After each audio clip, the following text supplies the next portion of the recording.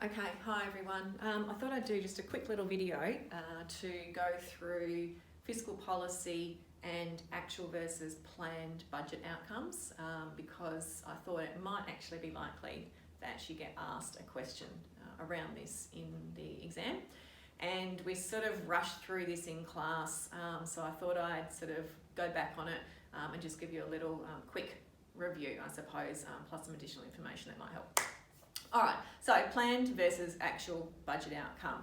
So first of all, let's just start with fiscal policy because that's the basis of it. So remember, fiscal policy is the use of government spending and tax to stabilise the economy. Okay, so we know we have a business cycle, goes up and down, up and down.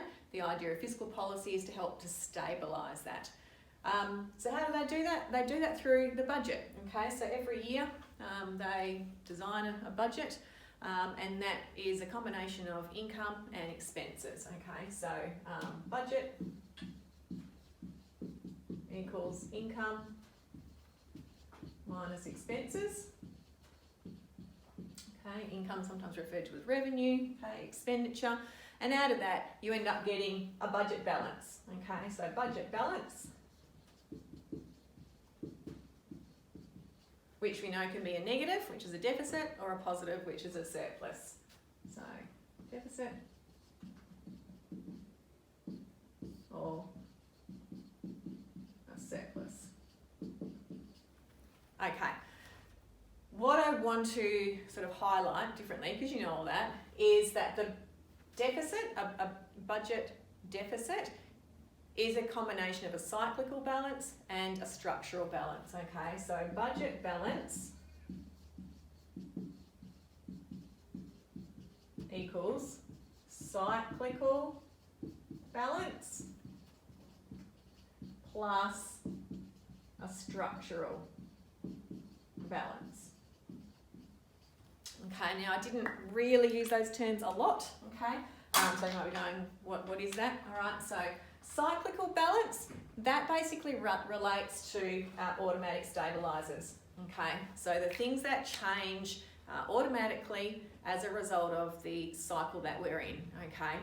Structural balance is related to our discretionary fiscal policies, okay? So this is discretionary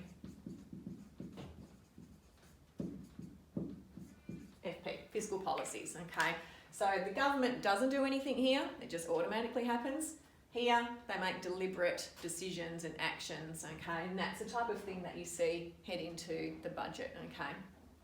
With the budget though, you know, they spend a lot of time on it and they forecast, okay? So they plan how much income they expect to have based on what they foresee the economy will be like and also the expenditure that they plan to take, okay? So last financial year, when they were looking forward, they were actually, you know, fist pumping, saying, yeah, things are looking good, all right? So they were thinking that tax revenue would be on the up, okay? Government spending would be on the down, because we were, you know, probably in this expansion phase, okay? So as a result, their budget balance ended up being predicted or planned to be a surplus, okay? Now, as we know, that wasn't the case, okay? So the actual budget balance was a deficit, okay? So let me just go through the automatic stabilisers in a little bit more detail though.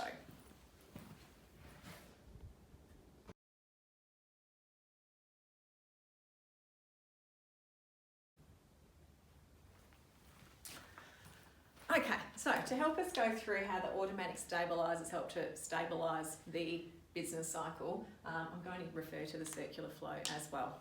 Okay, so as we know, in any particular phase of the business cycle, tax revenue, so RT, can increase or decrease, and government spending, which we're really talking about welfare payments here, okay, can increase or decrease, okay. So when we think about if we're in a peak, okay, so if we're in this peak up here, we would have tax revenue would increase. Okay, so because more people are employed, so we've got personal income tax, we've got businesses making profits, so there's company tax, we've got more people spending money, so there's things like GST, okay, so lots and lots of tax revenue. And as a result, government spending, okay, so the G, actually reduces. So government spending goes down. So in a peak, we see tax revenue head up, government spending on welfare go down. This is real GDP, so this is, as we're heading towards that peak. And if we refer back to our circular flow, we go, okay, well, if tax is increasing, that's a leakage, okay? So money's coming out, government spending, there's actually less going back in, so that's decreased. So leakages are greater than injections. You might think, oh, that's weird, but ultimately what that does is creates less aggregate demand. Okay, so aggregate demand actually decreases as a result of less government spending, okay, less money coming back into the circular flow.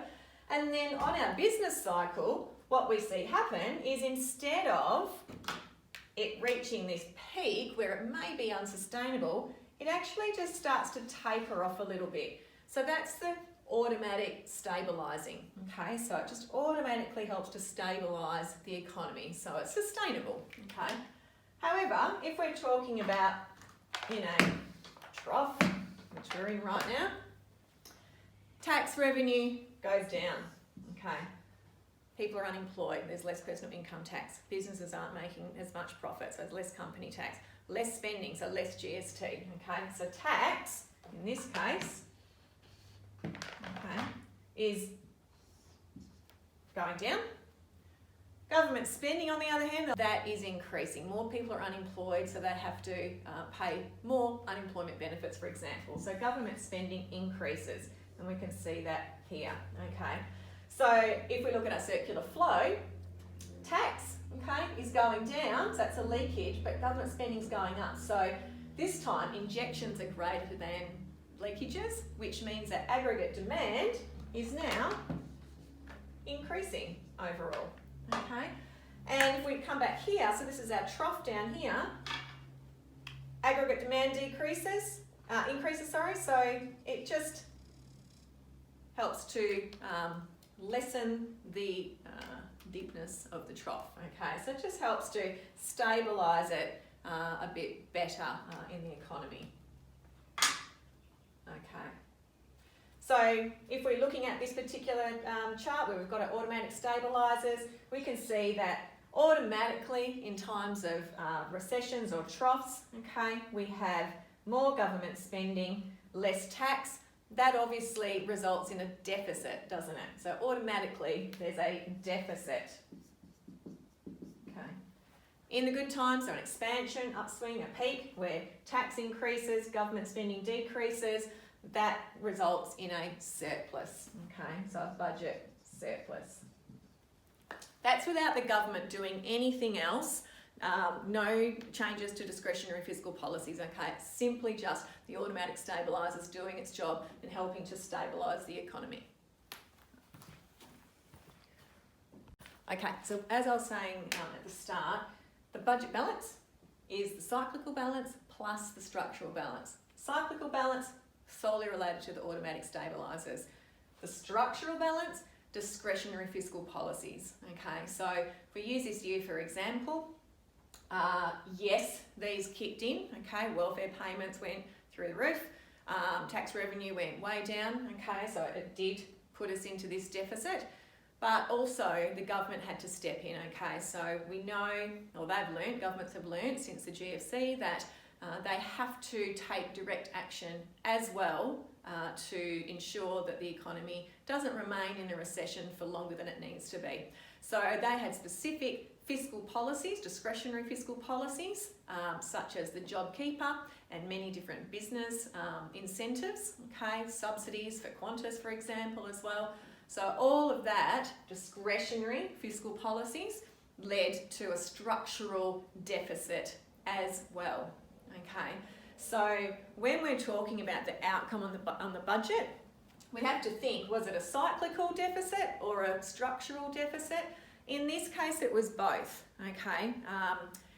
Would we have had a deficit if the government did nothing, if they didn't have JobKeeper, they didn't subsidise Qantas? The question is absolutely yes. They would have ended up in a deficit anyway because our automatic stabilisers where we had increased spending on welfare and decreased tax revenue, led to a deficit anyway. The difference is that we've just got more of a deficit because of those structural changes, those discretionary fiscal policies that were also implemented in that budget cycle. So the planned budget outcome for the 1920 financial year was a surplus. The actual budget outcome was a deficit, and it was a combination of a cyclical deficit and a structural deficit to the tune of $85 billion, okay, deficit for the 1920 financial year, and predicted to be $180 billion for the 2020-21 financial year. So that's the difference. This current financial year, the planned budget outcome is a massive deficit, $184 billion.